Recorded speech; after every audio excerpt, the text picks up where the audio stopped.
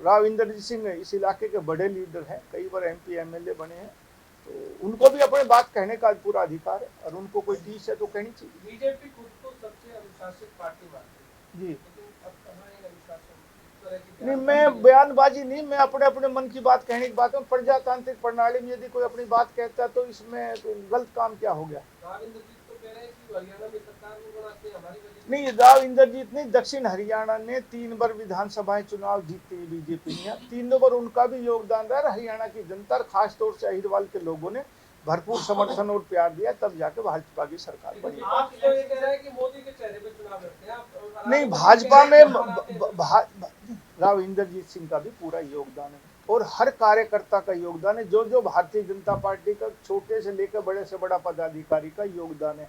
एक आदमी कभी भी सरकार नहीं बना सकता, जब 36 बिरादरी का सबका समर्थन, हर वर्ग का समर्थन मिलता तब जाके सरकार बनती। नहीं, आम आदमी में चर्चा होती थी इसलिए मैंने कहा, लेकिन अब बहुत कंट्रोल हुआ। आपने देखा होगा कि पुलिस में बहुत बड़ा बदलाव हुआ, आहिस्ता आहिस्ता हम जीरो टॉलरेंस पे जा रहे हैं और माननीय मुख्यमंत्री जी का भी नारा है कि आम आदमी को सहूलियत पहुंचे, बिना रिश्वत के पहुंचे, और उसमें बहुत बड़ा कदम हम उठा रहे हैं। जहाँ जहाँ एनक्रोचमेंट है और लोगों को परेशानी होती है तो 10 रेहड़ी लगा के हम लाखों आदमियों को परेशान नहीं कर सकते। सरकार का काम बसाने का, उजाड़ने का नहीं, लेकिन कोई नाजायज जिसका फायदा उठाए तो उस पर सरकार कार्रवाई करती है। मंत्री जी, सवाल गुड़गांव में मूलभूत समस्याओं के बारे में है। एक मिनट, एक पूछो। एक आरोप लगाया कि आपकी वजह से मुझे यहाँ को राजेश यादव की तोड़फोड़ जो हुई है, आप देखोगे सारा अनऑथराइज था। अभी भी 2-3 दिन पहले तोड़फोड़ हुई, वो 68-70 का रास्ता है जो बहुत साल पहले कांग्रेस के शासन में एक बार किया गया। मैंने गुड़गांव के सभी अधिकारियों को कह रहा है कि भाई जो रास्ते हैं उनको खोलो, जो रास्ते बंद पड़े हैं, जो 60 मीटर का रास्ता, 84 मीटर का रास्ता है, सब उसको ना खोलेंगे। चाहे उसमें नरवीर सिंह की जमीन आए या चाहे राजेश या किसी और भाई क्या है, अकेले राजेश यादव का नहीं नुकसान हुआ, उन्होंने रास्ते में कर रखी है। वो एनवायरमेंट 2007 के मास्टर प्लान में, 2021 के मास्टर प्लान में वो रास्ते बने थे, आज तक वो कब्जा करे बैठे हैं, रास्ता नहीं खुलेगा, जनता ने कोई रास्ता नहीं खुला। तो आरोप कोई लगाओ, लेकिन निराधार आरोप कोई भी लगा सकता है, जबान पर कोई इसका हड्डी तो है नहीं, कहीं चला लो। मेरा एक सवाल है, जब सरकार चुनती है तो आपने कहा है कि जनता, नेता, कार्यकर्ता सब मिलकर बनाते हैं जी, जब विकास कार्यों की बात आती है तो आप सब मिलकर काम क्यों नहीं करते? जैसे मेडिकल 10 किलोमीटर गुड़गांव के ऐसे तो 10 साल से होने जी, ट्रैफिक जाम की प्रॉब्लम है, नहर आप नहीं बना सके, आज वादा ही कर रहे हैं, हॉस्पिटल हम नहीं बना सकते, ये सारे मिलजुल कर उन कामों में क्यों नहीं लगते? नहीं, उनमें भी लग रहे हैं और आपको 2026 में दिखाई देगा काम जो पाइपलाइन में थे सारे बाहर निकल के आएंगे। एक प्रजातांत्रिक प्रणाली में एक प्रक्रिया होती है, उसको पूरा कर रहे हैं। नहर गुड़गांव में कोई नहीं आनी, एक पानी आना, जो नहर पहले बनी उसको पाइपलाइन से दाब के ला रहे हैं। पिछले बजट में 3000 करोड़ रुपए मंजूर किया, ककरोई से वो चंदू और यहाँ बसई में आएगी और इस साल मार्च के आसपास उसका शुरू हो जाएगा। DPR तैयार हो रही है, क्योंकि समय लगता है। पानी हम आता है तो खुले उसमें बहुत गंदगी आ जाती है, आप देखते हो। गर्मियों के दिनों में और जिलों में उस पानी में साइफन लगा के उस पानी को तोड़ते दिखे। इसलिए मैंने कहा मुख्यमंत्री जी ने इसको अंडरग्राउंड पाइपलाइन से लाओ, जाके पानी जितना वहां से आए वो यहाँ पहुंच जाए और 1-2 साल में वो काम पूरा हो जाए। जल भराव वाली नहीं, ड्रेन में बनी लग रही है, आप देखोगे काम चल रहा है, SPR के ऊपर चल रहा है और चल रहा है। ज़्यादातर हमारा ये जो अपना इलाका है दौलताबाद के आसपास का, खेड़की माजरा, चंदू, इसमें जल भराव कई हजार एकड़ में होता है। वो ज़्यादा इसलिए होता है कि हमारा घाटा से जो पानी चलता है वो बादशाहपुर ड्रेन के थ्रू और वो वहाँ जाकर निकल जाता है। छावला जो हमारा ड्रेन है नंबर 8 बोलते हैं जिसको, उसमें पानी की मात्रा उतनी खपत बरसात में नहीं ले पाती जितना हमारे यहाँ से पानी जाता है। पिछले दिनों मनोहर लाल जी आए थे, वो शहरी विकास मंत्री है, उन्होंने एक योजना बनाई है। हम अब वाटिका चौक से उसका पानी सोनना की तरफ लेके जाएंगे, जो मेवात में निकल जाएगा। गुड़गांव नहर जो कनाल जा रही है उसमें हम डाल लेंगे। वो तकरीबन 2000 रुपये का प्रोजेक्ट है, उसकी DPR इरिगेशन डिपार्टमेंट बना रहा है और 2-4 महीने वो DPR बन जाएगी, उस पर काम शुरू हो जाएगा। 3 साल के अंदर वो तैयार करके जो घाटा से वाटिका चौक तक का पानी है वो हम सोना की तरफ ले जाएंगे, मेवात में ले जाएंगे। तो इस छावला नहर में, क्योंकि मोदी जी ने BJP के इस विधानसभा चुनाव में एक नारा दिया था कि हम 5 साल में यमुना को साफ करेंगे। आज भी यमुना में 11 पॉइंट ऐसे जहां हरियाणा से यमुना में पानी जाता है। उसकी बीओडी खराब है। मेरे पास पर्यावरण महकमा भी, हमने भी एसटीपी सीटीपी लगाने का प्रावधान शुरू किया है ताकि जमुना साफ रहे और आने वाले समय में जैसे विदेशों में नदियों नहरों में घूमते नदियों में घूमते ऐसे ही जमुना 5 साल में साफ। मंत्री जी, मेरा सवाल गुड़गांव में मूलभूत समस्याओं के बारे में है। अस्पताल, बस स्टैंड के अलावा सफाई की एक समस्या है। सफाई के टेंडर हो गए बहुत जगह, आपने देखा होगा इस 2025 के साल में जहां बहुत कूड़ा पड़ा था, तकरीबन हमने 4 लाख के आसपास सीएनडी वेस्ट उठाया है। एक दिन में नहीं उस तक कूड़े की भी सफाई हो रही है, टेंडर भी हुए हैं। आहिस्ता आहिस्ता मैं कह रहा हूँ कि सरकार शुरू हुई है, 2026 में आपको अमूलचूल परिवर्तन नजर आएगा। कितने टाइम लगा? कर्म सेक्टर 4 में था, सोडियम की पार्क के पीछे इतनी गंदगी थी, दोनों साइड सब आहिस्ता आहिस्ता साफ हो रहा है। 4 का आप बताओगे तो उसका भी साफ करवा देंगे। साहब मैं उसमें कामयाब नहीं हो पाया। अब मैं हर जगह जहाँ भी जाता हूँ वहाँ प्रचार करता हूँ और आपके माध्यम से भी जनता को कहना चाहता हूँ कि ये पर्यावरण का एक ऐसा मुद्दा के लिए सरकार इसको दूर नहीं कर सकती। जब तक आम आदमी की भागीदारी नहीं होगी, आम आदमी ये नहीं सोचेगा कि हमारा प्रदूषित मुक्त गुड़गांव हो, तब तक ये कामयाब नहीं हो सकता। मैं उस सरकार में भी बनती रहा हूँ जिसमें हमने 1996 में शराबबंदी करी, लेकिन 1.5 साल के बाद लोगों का समर्थन ना मिलने की वजह से वो शराबबंदी खोलनी पड़ी। अब भी कहता हूँ ये सिंगल यूज प्लास्टिक और पॉलीथीन बैन करोगे तो ये 40% असर इसका प्रदूषण का खत्म हो जाएगा। जो लोग अपने हाथ में पॉलीथीन का बैग लेके चलते हैं वो ही अपने बंद कर दो। हमारे हरियाणा में कांग्रेस शासनकाल में 2013 से बनना और बिकना सिंगल यूज प्लास्टिक और पॉलीथीन बैन है, लेकिन हर दुकान पे, हर मॉल पे, हर रेडी पे ये आपको मिलता है। तो जब तक लोग जागरूक नहीं होंगे ये पर्यावरण का मुद्दा आसानी से खत्म होने वाला नहीं है।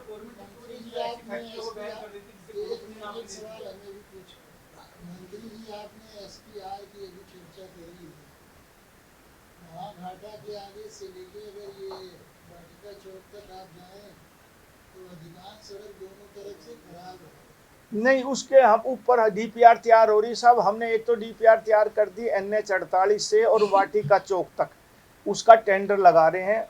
मार्च तक उसका काम शुरू होने की उम्मीद है। एलिवेटेड बना रहे हैं और ऐसे ही पहले हमने इसको अंडर पास कहा था कि नीचे अंडर पास बना दो इसको, लेकिन जो सर्वे आया उसमें ये आया कि घाटा गांव की और वाटिका चौक में 16 मीटर का ऊंचाई का अंतर है, तो वहां से यदि पानी आएगा तो उस अंडरपास में भर जाएगा, रुक नहीं पाएगा। तो इसलिए उस डीपीआर को बदलवा के सारा एलिवेटेड कर रहे हैं। पहले फेज में वाटिका चौक से NH 48 और दूसरे फेज में वाटिका चौक से घाटा चौक तक सारा एलिवेटेड बना रहे हैं। 2.5-3 साल में ये तैयार हो जाएगा। आप एयरपोर्ट टर्मिनल 3 से चलोगे 30 मिनट में आप घाटा चौक पर नॉन स्टॉप पहुंच जाओगे।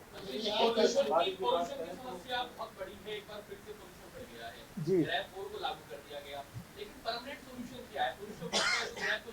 देखो अब के आप देखोगे तो हमने बहुत चेकिंग करी। सेंट्रल पोल्यूशन कंट्रोल बोर्ड भी चेकिंग करता है। गुड़गांव में बहुत से बिल्डरों के ऊपर फाइन लगा है, फैक्ट्रियों के ऊपर लगा है। सरकार अपनी बहुत कार्रवाई कर रही है। आप पिछले सालों का रिकॉर्ड निकाल लो, 2025 का निकाल लो, आपको बदलाव नजर आएगा।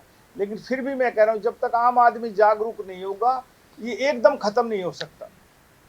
हमने एक बार कृत्रिम बारिश कराने की भी दिल्ली सरकार की और मेरी मीटिंग हुई मनिंदर सिंह सिरसा जी की, तो उन्होंने कहा मैं क्लाउड में वो करवाऊंगा। लेकिन यहाँ क्लाउड में थोड़ा बहुत भी पानी नहीं था, जैसे दुबई वगैरह में होता तो वो भी कराने की कोशिश करी कि पहले दिल्ली में करा ले, दिल्ली में कामयाब हो जाएगा तो हमारी हरियाणा में करा लेंगे। लेकिन दिल्ली में कामयाब नहीं हो पाया, इसलिए हमने नहीं किया।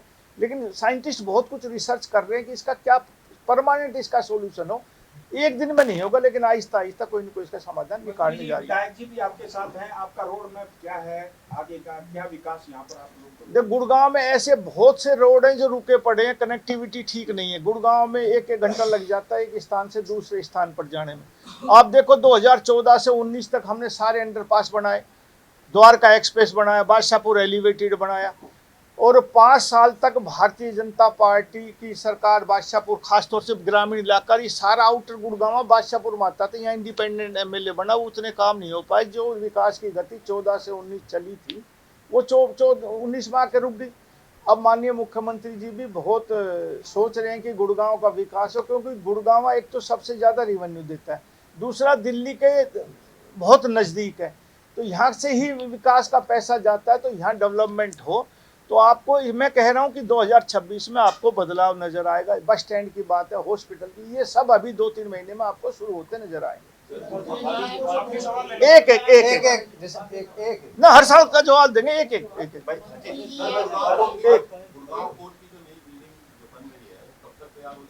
ये मेरे हाथ में नहीं साहब। इसका शिलान्यास और गुड़गांव इसका रेस्ट हाउस का शिलान्यास तकरीबन आसपास ही हुआ था।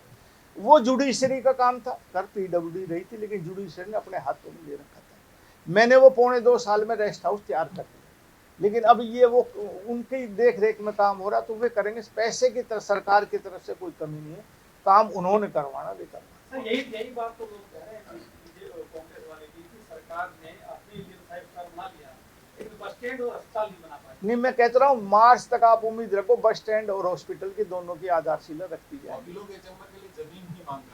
हाँ, वकील कर रहे हैं, मुख्यमंत्री जी से मिले, इस विषय में चर्चा हो रही है और हम इसका समाधान निकालने की कोशिश कर रहे हैं। विपक्षी पार्टियों द्वारा एक दुष्प्रचार किया जा रहा है कि इसका गलत इस्तेमाल हुआ है।